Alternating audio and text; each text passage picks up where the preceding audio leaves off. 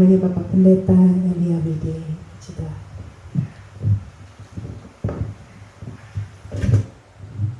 Ya, shalom, puji Tuhan. Kita berkumpul, kita lagi Zoom, kita lagi online. Ini luar biasa dan saya percaya bahwa Tuhan ada di tengah-tengah kita. Tuhan bekerja dan Tuhan sedang memberkati kita. Dan saya percaya bahwa ibadah online ini berkenan di hati Tuhan. Tuhan senang dengan ibadah online kita. Mari kita buka firman Tuhan. Saya ingin bicara tentang damai. Damai, Bapak Ibu. Matius pasal yang ke-5 di ayat yang ke-9. Matius pasal 5 ayat yang ke-9. Berbahagialah orang yang membawa damai, karena mereka akan disebut anak-anak Allah.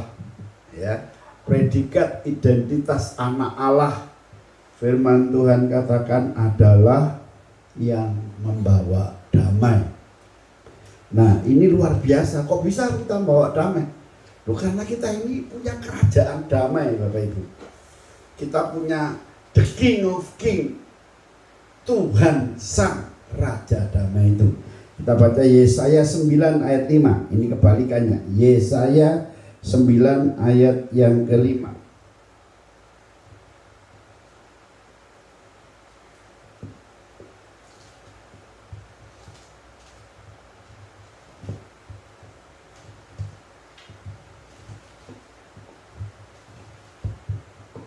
Ya, Yesaya 9 ayat yang ke-5. Dikatakan oleh firman Tuhan ini, sebab seorang anak telah lahir untuk kita, seorang putra ya telah diberikan untuk kita, lambang pemerintahan ada di atas bahunya, dan namanya disebut orang penasihat ajaib, Allah yang perkasa, Bapa yang kekal, Raja damai. Ini luar biasa. Jadi berbahagialah orang yang membawa damai, karena disebut sebagai anak Tuhan. Kita bukan anak hantu, tapi anak Tuhan. Karena kita ini Raja damai. Karena kita ini pembawa damai. Karena ini adalah pelayanan pendamaian. Karena ini adalah pekerjaan grafirat yang kita lakukan. Nah, Bapak Ibu, damai ini, hal-hal ini hari-hari ini dibutuhkan luar biasa. Ya, nah ada contoh di Alkitab. Siapa orang yang begitu luar biasa damainya, ilahi damainya, supranatural damainya? Itu adalah Ayub. Ayub itu begitu damai. Tapi pada waktu dia damai, dia mengalami peperangan rohani. Iblis serang habis-habisan. Apanya yang diserang? Anak-anaknya mati, hartanya habis, istrinya mengutuki dia. Lalu kena apa lagi Bapak Ibu?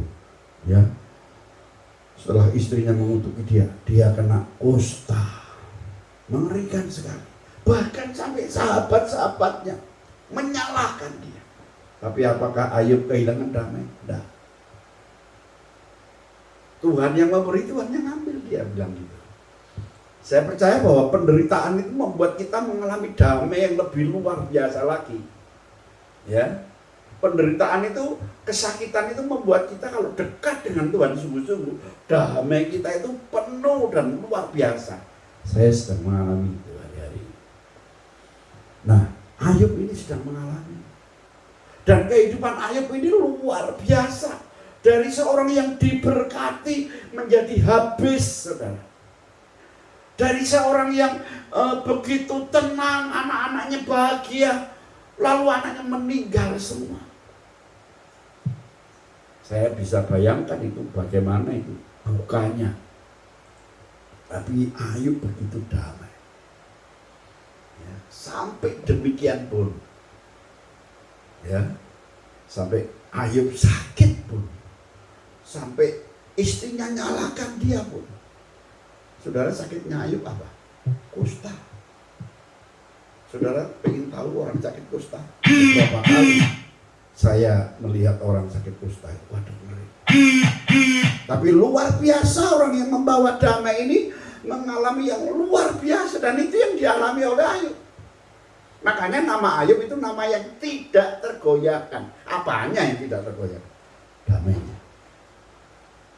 Nah, ketika kita hidup di dalam damai ini, spirit of peace, roh damai ini ada pada kita, ada sesuatu yang mengalir luar biasa. Saya bersyukur saya jadi hamba Tuhan, saya jadi pendeta, sudah 35 tahun. Saya tidak kerja, tapi saya tidak punya utang. Saya kegemukan, bahkan saking suka kulinernya, kena stroke. Saudara, terus kalau sudah kena stroke, apakah saya sibuk lagi? Udah, saya belajar itu namanya damai. Ya.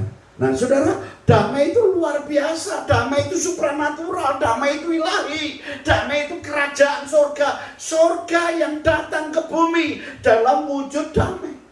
Saya melihat wajah Pak Marcel itu damai.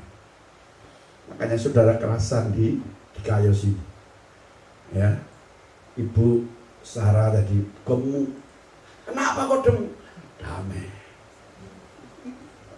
Wah tenang dia, damai. Makanya gemuk sehat. Tapi jangan kelewat lagi Bu ya. Nanti kayak saya begini. Lalu siapa lagi saudara? Ya, luar biasa damai. Saya tidak bisa ngomong lagi. Nah, kira-kira siapa lagi yang orang yang disebut damai ini selain Ayub? Ya, kalau di dunia ini kita melihat ada Mahatma Gandhi. Tadi Pak Marcel cerita bagaimana dia pernah ke India, dan India begitu luar biasa majunya teknologinya. Walaupun belum dikenal oleh dunia luar. Mahatma Gandhi itu damai. Dia minta kemerdekaan dari Inggris dengan damai. Tapi satu kali Mahatma Gandhi kepingin ke gereja, pengen masuk ke gereja untuk ketemu sang raja damai. Tapi dia tidak ketemu dengan raja damai. Dia ketemu dengan pemerintahan yang apartheid, yang membedakan ras, yang membedakan dirinya dan siapa yang lain. Dan akhirnya dia menolak, tidak bisa ke gereja. Ya, siapa lagi? Sekarang ini ada Dalai Lama, pengajar agama Buddha. Wah tenang, orangnya tinggal di India juga. Dia tokoh dari Tibet, dihormati oleh orang-orang Buddha seluruh dunia. Damai. Tapi apa? Damainya hanya taraf jiwa dan tubuh saja. Tapi kita orang Kristen, damainya itu tubuh, jiwa dan roh. Makanya Yesus bilang, akulah raja damai itu. Dia itulah raja damai. Kenapa? Karena secara roh dia memberikan perdamaian itu. Secara tubuh dia menyerahkan tubuhnya untuk menjadi gravirat bagi kita. Secara jiwa dia sudah mengajarkan, ya, ajaran-ajaran damai. Kalau engkau disuruh jalan 1 kilo, jangan berjalan 1 kilo, 2 kilo. Kalau engkau ditampar pipi kiri, kasih not pipi kanan. Kok bisa ngasih not? Ya karena damai. Terus no, babak belur no, ya. Tapi tidak apa-apa. Itu ajaran Tuhan, ajaran tentang damai. Nah kita melihat tokoh yang sekarang ini ada, ya, presiden kita Pak Jokowi damai, ya.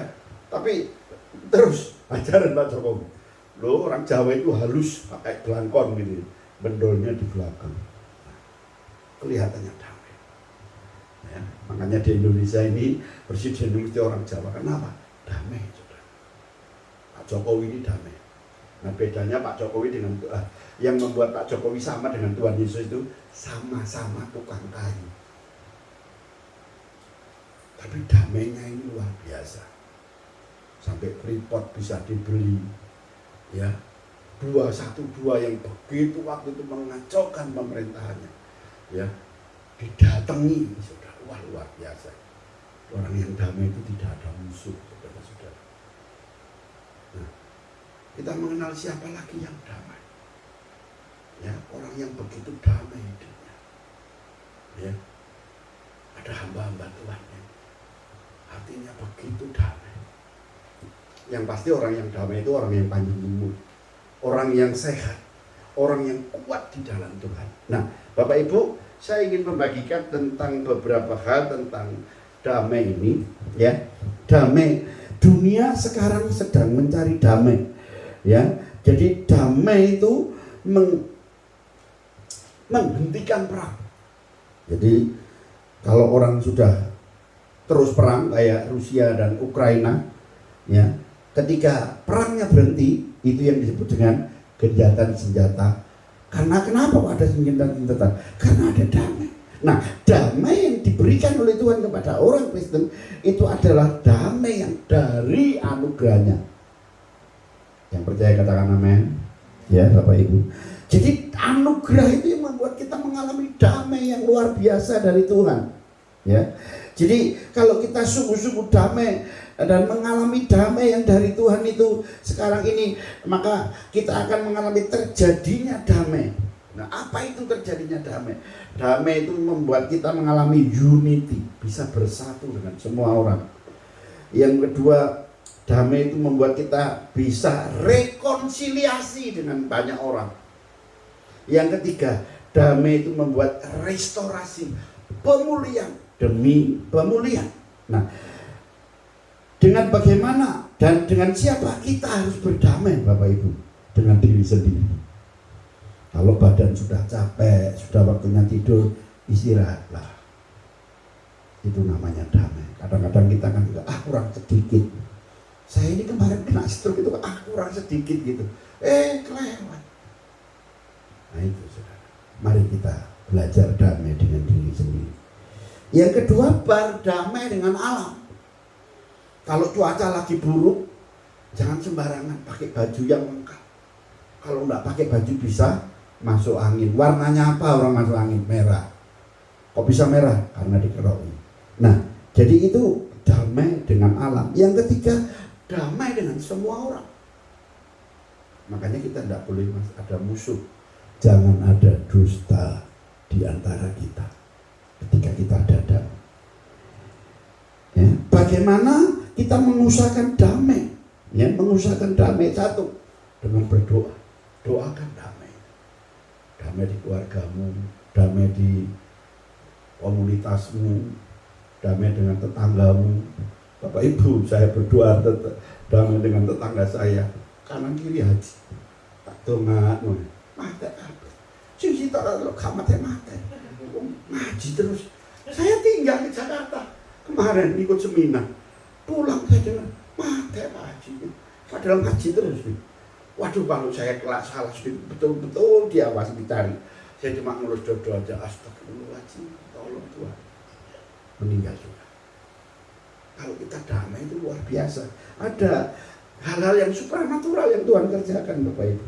Ya, nah, yang pertama kita berdoa. Yang kedua, kita harus rendah hati. Orang yang damai itu rendah hati. Sombong itu bukan tempatnya damai. Congkak tidak tempatnya damai, bukan wadahnya damai. Tapi rendah hati, humble, simple, sederhana, damai itu. Lalu yang ketiga, dengan orang-orang yang cinta damai. Ingat, hadirnya gereja di Indonesia ini begitu banyak menghadirkan penganiayaan. Sudah berapa ribu gereja ditutup, dirusak, diganggu. Tapi karakter Kristen dijepit, melejit, ditekan, berkembang, dianiaya, mengalami pertumbuhan. Nah, bagaimana gereja bisa hadir terus? Yaitu ada orang-orang yang cinta damai, walaupun tidak seiman. Saya mengembalakan harus pindah-pindah. Saya selalu cari tempat di situ. Orangnya cinta damai, enggak. Kalau cinta damai, saya datangi dan ibadah di situ, dan luar biasa sambutannya. Dan kami bisa beribadah. Carilah orang-orang cinta damai, maka engkau diberkati. Semua orang di sekitarmu diberkati. Yang percaya katakan amin. Yang ketiga, yang keempat sekarang, ya, damai itu selalu mendahului dalam memberi hormat. Jangan anggap dirinya, wah saya ini luar biasa, saya ini pengalaman, saya ini senior, saya orang yang sudah tua. Ingat, damai itu tidak diukur dari itu, tapi damai itu diukur dari orang yang hatinya penuh dengan surga. Dan orang yang penuh dengan Tuhan hatinya, dia akan mendahului dalam memberi hormat. Kok bisa lakukan itu? Karena itu perintah Tuhan, itu firman Tuhan. Ya, nah Bapak Ibu, kalau kita bisa mendahului dalam memberi hormat, ya kita akan melakukan semuanya itu tanpa beban. Ya, nah apa yang akan kita lakukan ketika kita sedang mengalami damai? Satu, pikiran kita harus damai, hati kita mesti damai, menyangkal diri. Ya, damai itu perang dengan diri sendiri. Lalu damai itu mengikuti kehendak Tuhan. Damai itu juga selalu hati-hati dengan lidahnya, tidak mudah berkata-kata. Dan yang keenam, damai itu spirit of peace, ada roh damai, roh damai sejahtera. Dan itu menghancurkan iblis, itu membuat kita berkenan kepada Tuhan, itu menguduskan hidup kita. Ya, jadi luar biasanya damai itu seperti itu Bapak Ibu. Nah, sekarang seperti apa damai itu? Yang pertama, ada perasaan aman, tentram, nyaman, tenang.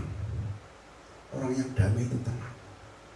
Seperti apa tenangnya? Kayak Pak Mas, ya, tenang, tapi menghanyutkan sampai kerja selesai, sampai pensiun. Wah, luar biasa. Yang kedua, tidak ada musuh, tidak ada dusta, luar dalam sama orang yang ada damai itu. Yang ketiga, ada kemakmuran, hidupnya cukup, bisa bersyukur, bersuka cita karena ada damai sejahtera. Itu damai seperti itu. Milikilah damai dari Tuhan. Sampai ada lagu Pantai Kosta kuno itu berkata, damai yang diberikan sangat besar, damai yang janjikan hati gemar selama Tuhan besertaku. Luar biasa. Tuhan itu beserta kita yang suka damai, yang cinta damai, yang menjadi pelaku damai.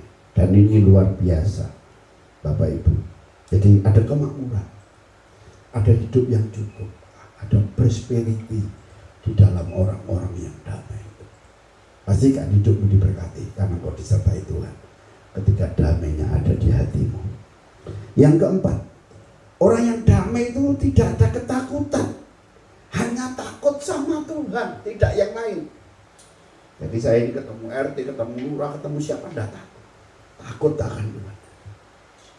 Kalau kita ada damai, tenang, bisa ada. Ya, saya ingat ketika saya dianiaya, dikelilingi oleh massa, saudara. Dengan damai saya ada. Oh, luar biasa itu. Ya, jadi tidak ada ketakutan dengan siapapun. Dan yang kelima, orang damai itu biasanya ekspresinya diam, tenang, mengerti, cerdas, berhikmat. Jadilah ya anak-anak perdamaian. Ya, jadilah pembawa damai dalam hidup kita, dalam diri kita, kepada semua orang, kepada keluarga kita, kepada gereja kita. Lalu jadilah orang yang suka mendamaikan. Ya Bapak Ibu. Dan ini luar biasa. Apa mungkin itu Pak? Saya kira mungkin. Karena itu firman Tuhan. Dan firman Tuhan itu ya dan amin. Dan pasti kita dimampukan Tuhan itu bisa melakukannya. Ketika kita merasakan damai, kita akan menghadirkan surga di bumi. Dan itu luar biasa hadirnya surga di bumi ketika kita ada damai. Nah, damai ini ada dikerjakan Tuhan supaya kita boleh mengalami seperti doa Yesus yang berkata, jadilah jadilah kehendakmu di bumi seperti di surga. Dan orang-orang yang memiliki hadiah Nobel perdamaian itu orang-orang yang memiliki buah hidupnya kayak Bu Teresia, kayak Ramos Horta dari Timur-Timur, dan banyak yang lain. Bapak Ibu, marilah kita seperti yang Tuhan bilang, Dia Raja Damai. Nah, kita ini anaknya Raja, ya. Artinya apa? Kita pewaris tahta. Kita baru mendengar, ya, ibu seorang Queen Ratu Elizabeth, Ratu Inggris meninggal. Dia meninggal dengan damai, dengan umur yang 96. Dan calon penggantinya siapa? Charles, Raja Charles. Kenapa Inggris begitu tenang, saudara? Karena dia menyediakan damai kepada semua negara yang ada di dalam United Kingdom, yang ada di bawah pengaruhnya Inggris. Dan ini luar biasa. Kenapa orang tetap tunduk kepada Inggris? Karena Inggris memberikan sesuatu yang tidak ada pada yang lain. Dan itu ada ketika pemerintahan Ratu Elizabeth ini. Dan ini akan diwariskan. Nah, demikian Tuhan Yesus akan mewariskan kepada kita kerajaan damai itu. Supaya kita boleh mengalami, ya, aku datang supaya apa, Bapak Ibu? Ya, iblis itu mencuri, membunuh dan membinasakan. Tapi Tuhan memberi hidup dan memberi dalam segala kelimpahan. Jadi damai itu memberi hidup dan memberi segala kelimpahan. Dan kalau ini ada, luar biasa. Hidup kita ini jadi penuh dengan damai. Saudara-saudara, dengan peristiwa corona kemarin, bagaimana? Apa orang damai? Kelihatannya penuh, tapi ketakutan, takut mati semua. Tapi orang yang damai tidak tergoyahkan. Nah, Bapak Ibu, kita mendengar juga cerita di Indonesia ini, ya, di yang berwajib kita, di kepolisian kita, ada cerita orang-orang Kristen semua. Freddy Sambo, ya, Putri Cendrawati, ada Eliezer, nama-nama Kristen. Tapi kenapa kok peristiwa itu terjadi? Brigadir Yosua, karena nggak ada damai. Coba kalau Freddy Sambo ada damai, nggak mungkin ditembak, ya, dikasih pengarahan. Tapi gampang bunuh orang kalau udah ada damai. Nah, itu damai yang semu dari dunia itu seperti itu. Tipuan-tipuan yang akan membinasakan. Tapi damai dari Tuhan itu memberi kehidupan, memberi kelimpahan, memberi kekuatan, memberi kemenangan, memberi kesembuhan, memberi apa lagi, dan segala macam. Dan damai itu ada di tempat ini sekarang ini ketika kita mendengar firman Tuhan tentang damai. Bapak Ibu yang dikasih Tuhan, milikilah damai Tuhan ini. Damai ini luar biasa, damai ini hebat, damai ini dahsyat, damai ini ilahi. Damai ini adalah damai yang di dalam roh. Spirit of peace. Roh damai itu akan memberikan damai sejahtera yang luar biasa. Nah, damai sejahtera yang luar biasa yang membawa kita, satu, berkenan, dua, memuliakan Dia, ketiga, menguduskan hidup kita, yang keempat, menghancurkan pekerjaan iblis, dan yang kelima, menjadikan kita serupa dengan Dia. Luar biasa. Kalau kita hidup dengan Tuhan, kita akan mengalami janji-janji Tuhan yang luar biasa. Milikilah damai dari Tuhan. Ya, damai itu luar biasa. Damai itu menarik berkat, bukan menjauhkan berkat. Ya, damai itu membuat kita mampu mengatasi semuanya. Damai itu dahsyat, damai itu hebat. Dan saya percaya ketika kita sungguh-sungguh dengan Tuhan dan kita mengasihi Dia, surga itu akan ada dalam hidup kita, memenuhi hidup kita ketika damainya bekerja di dalam hati kita. Puji Tuhan. Amin. Tuhan memberkati. Mari kita berdoa. Tuhan, kami bersyukur buat firman-Mu malam hari ini. Kami percaya bahwa rencana dan kehendak Tuhan ada dan terjadi dalam hidup kami ini. Hamba secara khusus berdoa supaya perdamaian itu boleh ada ke setiap orang yang mendengar firman Tuhan pada malam hari ini. Jadikan mereka, Tuhan, pelayan-pelayan grafirat, pelayan perdamaian yang membuat mezbah dupa itu dinaikkan. Dan kami berdoa supaya setiap orang itu Tuhan yang mendengar firman-Mu malam hari ini mengenal dan menghidupi damai yang daripadamu. Dan kami berdoa supaya kuasa kasih damai itu mengalir dengan dahsyat dan hebat dalam hidup kami. Kami berdoa secara khusus buat hamba-Mu Pak Marcel.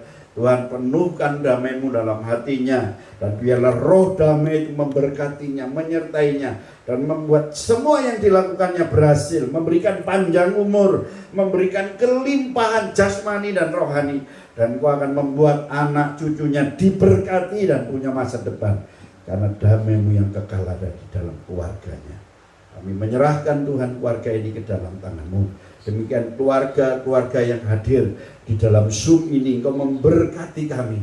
Setiap kami yang sedang mengalami kegelisahan, kekhawatiran, setiap kami yang sedang mengalami ketakutan, setiap kami sedang mengalami, oh Tuhan, kelemahan, setiap kami yang sedang mengalami tidak ada pengharapan, biarlah roh damai itu memberkati kami saat ini, mengurapi kami saat ini, dan membuat kami mengalami kemenangan, kelepasan, kebebasan, kemerdekaan dari Tuhan.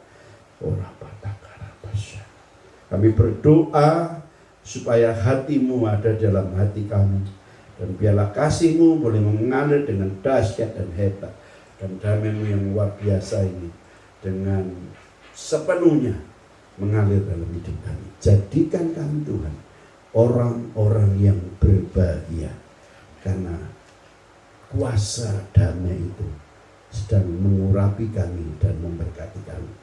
Permuliakan nama-Mu di tempat ini seperti di surga. Dan biarlah damai Tuhan mengalir dengan dahsyat dan hebat dalam hidup kami. Dengar doa kami, dalam nama Yesus kami berdoa dan mengucap syukur. Amin. Tuhan memberkati.